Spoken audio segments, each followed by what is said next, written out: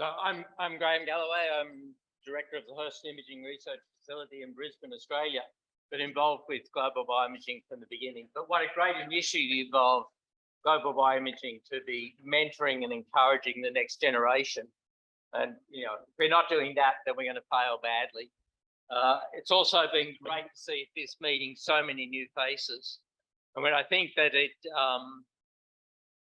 in Singapore, Chris Wood was a lone voice for Latin America, and here we are a few years later, and with such a great community that is now built around that we can support.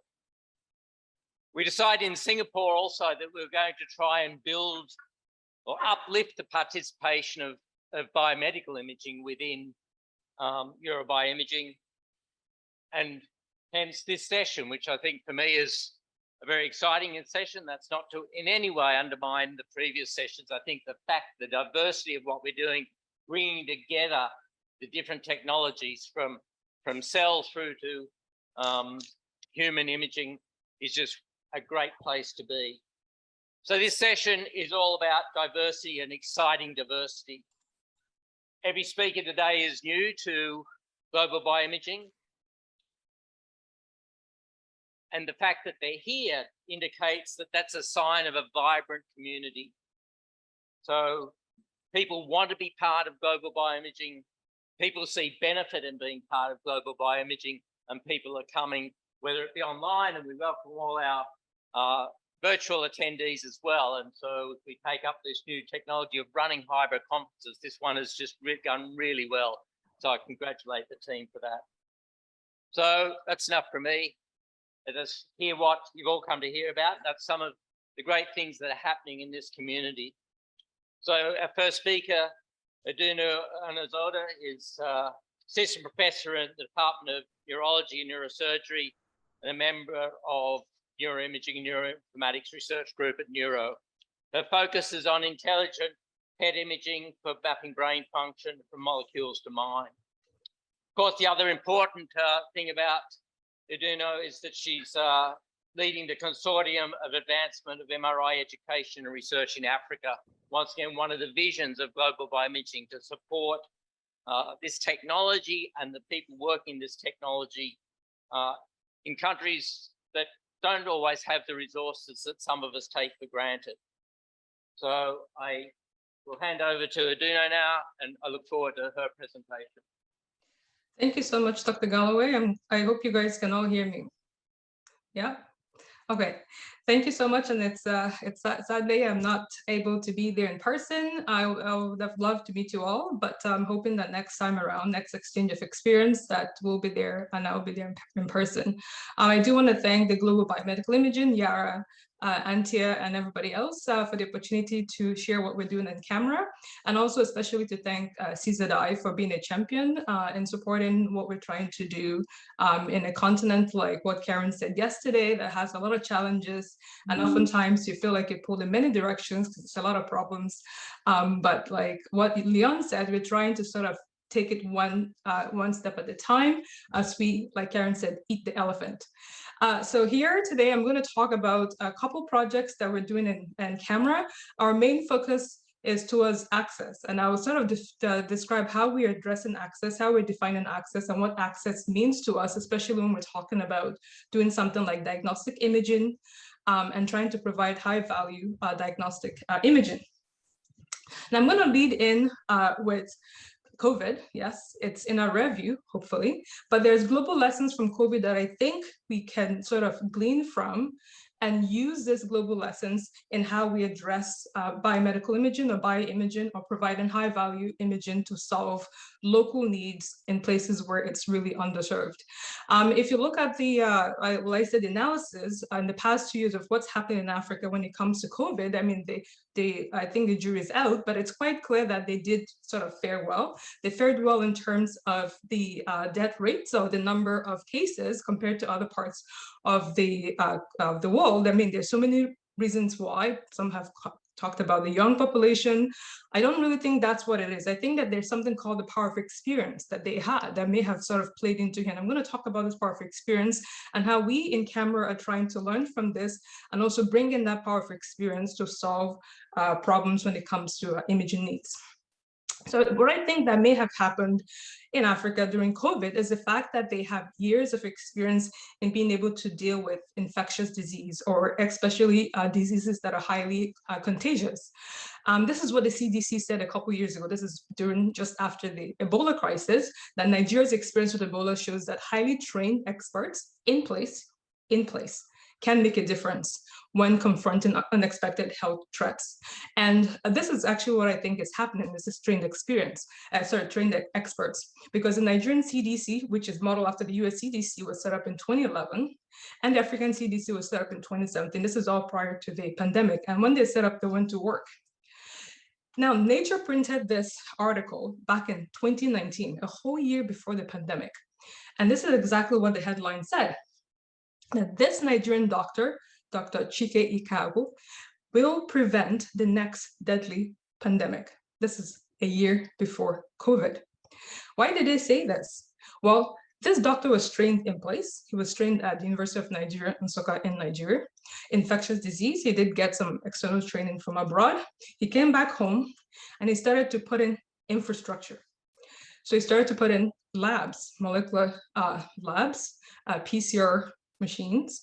This was March 2020, right before the pandemic. And this is the global network of labs to look at infectious disease. It was focused on Lassa fever, which was endemic at the time. The focus was on making sure that if there's under Ebola, they'll be able to detect like they did the first time. So that was the focus at the time prior to when he first came in as a director of NCDC back in 2016 and started to put in these labs. And if you fast forward to December 2020, like that's less than 7 months or 8 months, he filled in the whole country with strategic labs. And also he made sure that these labs already also had trained experts. So I think that the combination of these trained experts, the infrastructure, as well as the network, because there was an Africa CDC coalition that was coordinated by the CDC back in 2020, right when the pandemic started.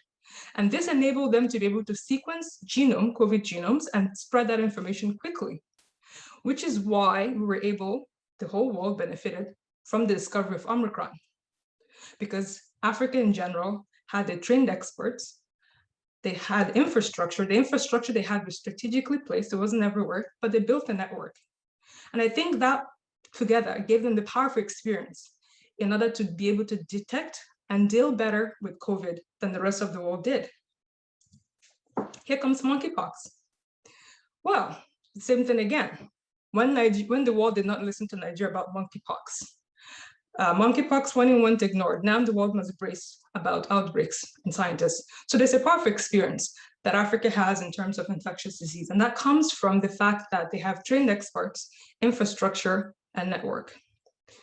And the question is, well, how well are we in general, how well is Africa in general also prepared for other types of pandemics? Now, people can ask, well, what other types of pandemics are happening?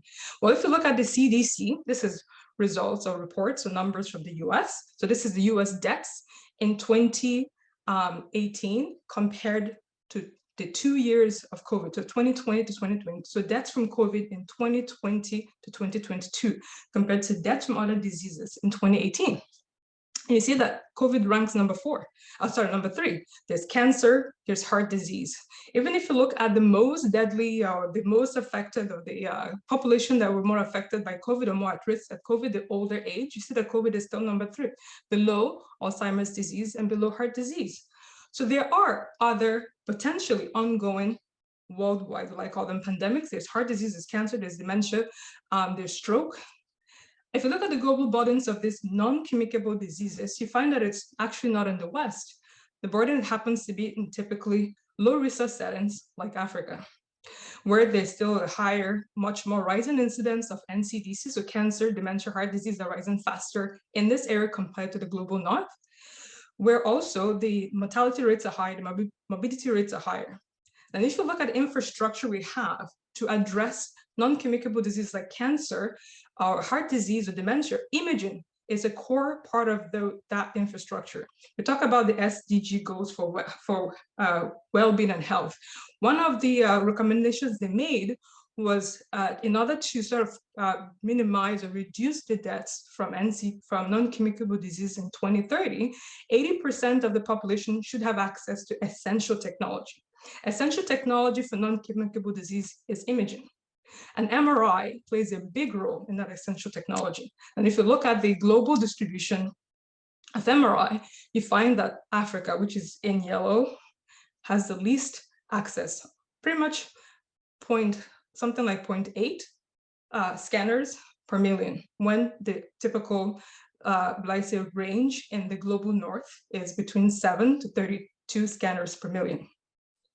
So what are we doing at Camera to address that? At Camera, we were trying to sort of create that powerful experience, that trained expert, the infrastructure, and I'll describe what infrastructure is, because we're not in the business of buying or selling scanners. We're in the business of making better use of the scanners that are there. So we're trying to train experts to use the infrastructure they have and chain all those infrastructures together, what Leon calls that unbroken chain of resources. So we can do what we did with COVID, create that network in order to be able to address better some of the clinical needs that imaging can actually do a really good job at. CAMERA was set up in 2019 as a working group of the European Society of Magnetic Resonance in Medicine and Biology. But since then, we've grown into an actual network supported very well, or actually really well, with our recent collaboration with CZI and hopefully with the rest of you. And our main focus is to do something like this, to take all this massive population that we have in Africa that are very resilient, that are intellectually rich, put them together as a network and do what we could do. One of them is be able to build, when possible, scanners like what Dr. Bungalosh is doing in Uganda. We have bioengineers that are there, he's there working alone, figure out how to build a network around him of people that could pulse program, people that could use AI to improve image quality. And find other people like himself and start to create a whole network around them so they can actually try to create sustainable solutions and innovations that could actually address not just Africa's need, but also the need in the world. One thing we did was we wanted to actually have a strategic plan as to how we address this. So we wanted to, first of all, understand the need, and I'll talk about this need assessment in a period. So we actually did a need assessment study that took 3 years to do, that involved asking clinics exactly what they need and actually what they think that they are in terms of solution, asking them also for solutions. We also run focus meetings across our international meetings to actually hear also from the community themselves. And based on all that stuff, we're actually able to start to define access and come up with tools that will allow us to work together to bring access. There's advocacy.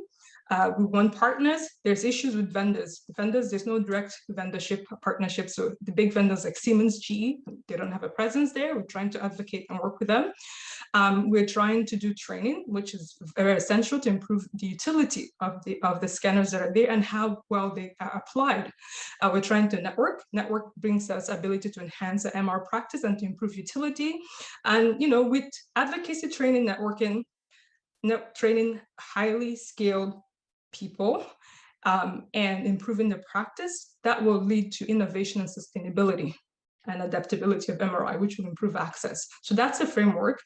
The needs assessment survey, I'm going to skip this because this is well detailed in our paper. The paper has been accepted in NMR and bio imaging, NMR and biomedicine, sorry.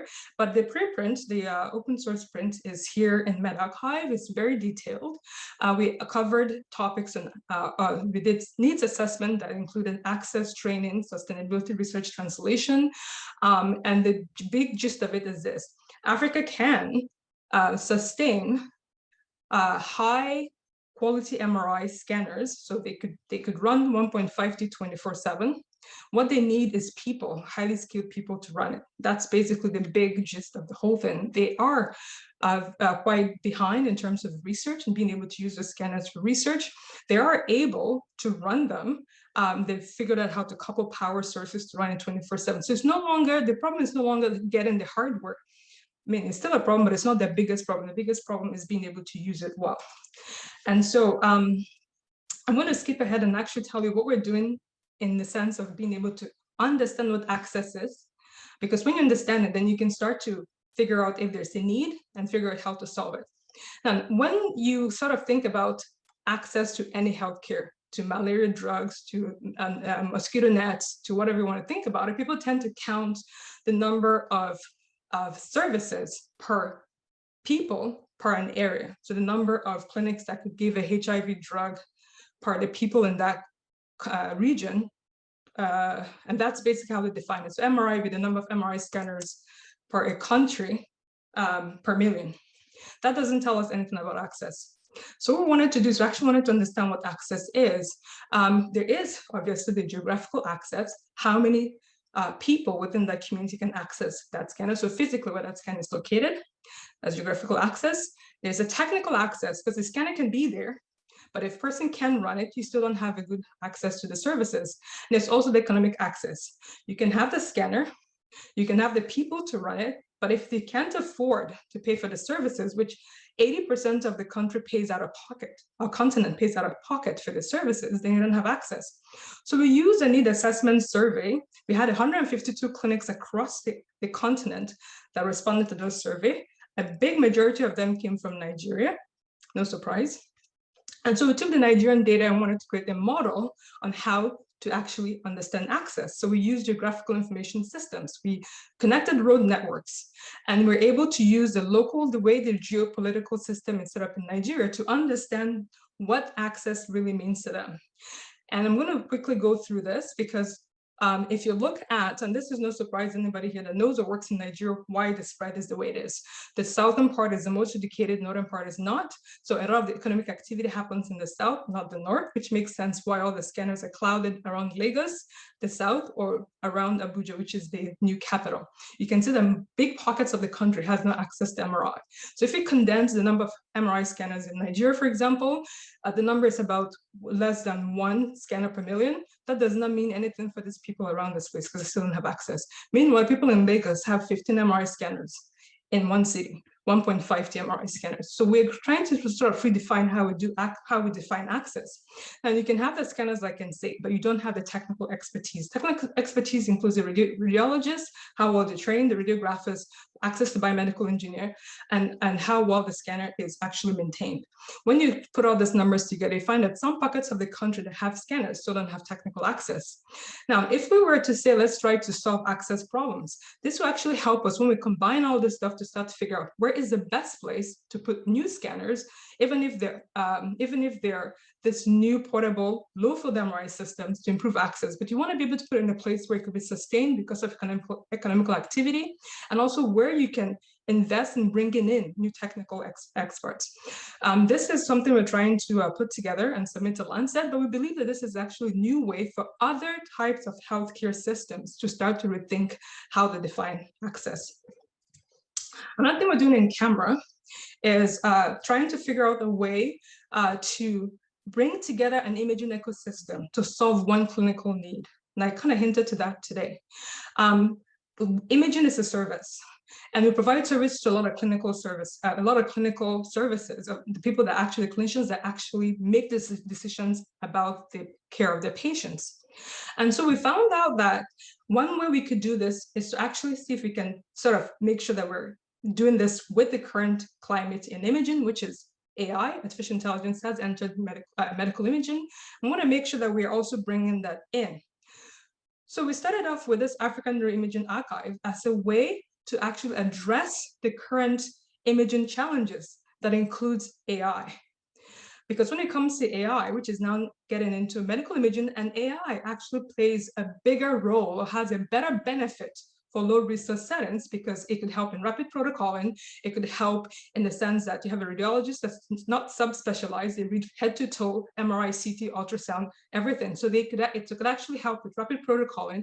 It could help with being able to quickly identify a disease and have a radiologist only look at the complex cases. So AI has a bigger benefit for low resource settings.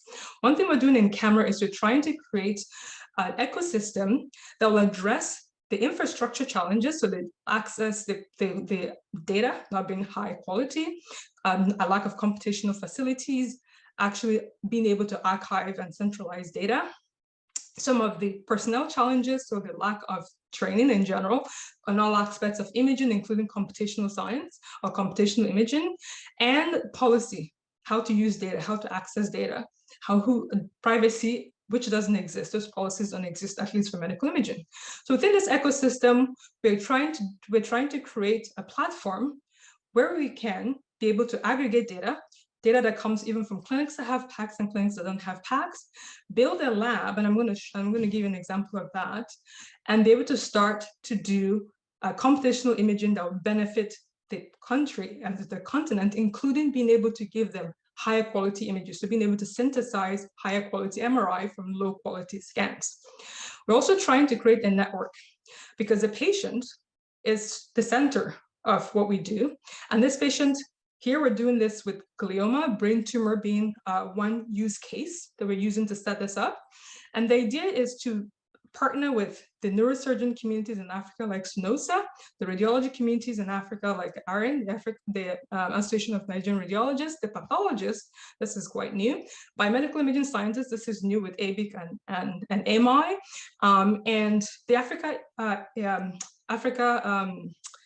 I think it's called Africa AI, the Africa AI, so it's Africa Eye, which is the computational imaging network in Africa. And together we are trying to use the data sets that we have to run training programs, as well as to start to use those data sets to build models. The main idea is to create a power of experience where we turn our African images from users to developers that will actually develop the problem, develop the solution. So quickly, with African Neuroimaging Archive, we're building an infrastructure. So we actually put in a lab in a clinic that's not affiliated with an academic center. The idea is to bring the models directly to where the need is, which is clinics. Because in Africa, most diagnostic imaging centers are in private clinics, they're not affiliated with any medical institutions. Start winding up. Yep, just 2 seconds and then I'm done. So we're doing this. We're also creating this Spark training program, which we use the teach, try, use approach from RAD AI, which basically is you run a workshop, which we do a lot very well here, and then you actually give them a way of trying what they've learned, and then you actually get them to use it. And for 2 seconds, what we're going to do is we're going to try to give them some existing brain tumor data sets to try to help them figure out how to segment them with computational imaging, and then have them actually participate in an upcoming Mackay Bratz challenge. And we're going to train them to win, because that's how you know you've turned a trainee into a trainer. So that's how we're going to teach them to become and turn them into trainers. So next time around when we run the program, they'll be the ones teaching and putting people through this teach, try, use approach.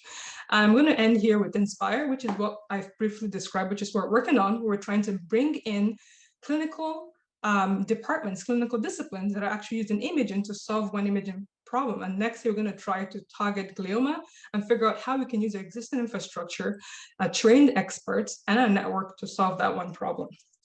And I'm going to say that you guys are all welcome to join us in our effort to try to not only advocate, to train, but also to sort of start to figure out how we can innovate to solve access problems when it comes to diagnostic imaging in Africa.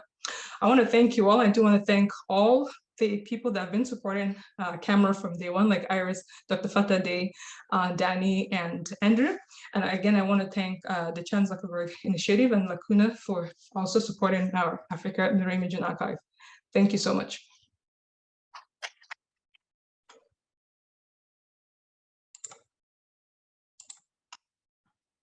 Thank you, Odina. And I don't think any of us can doubt the passion that she has for the project, and what a great project it is, a great initiative. And I think something we need to be getting behind, and together with some of the things that we heard about yesterday that are happening in Africa and this morning, great opportunity to build that wider community.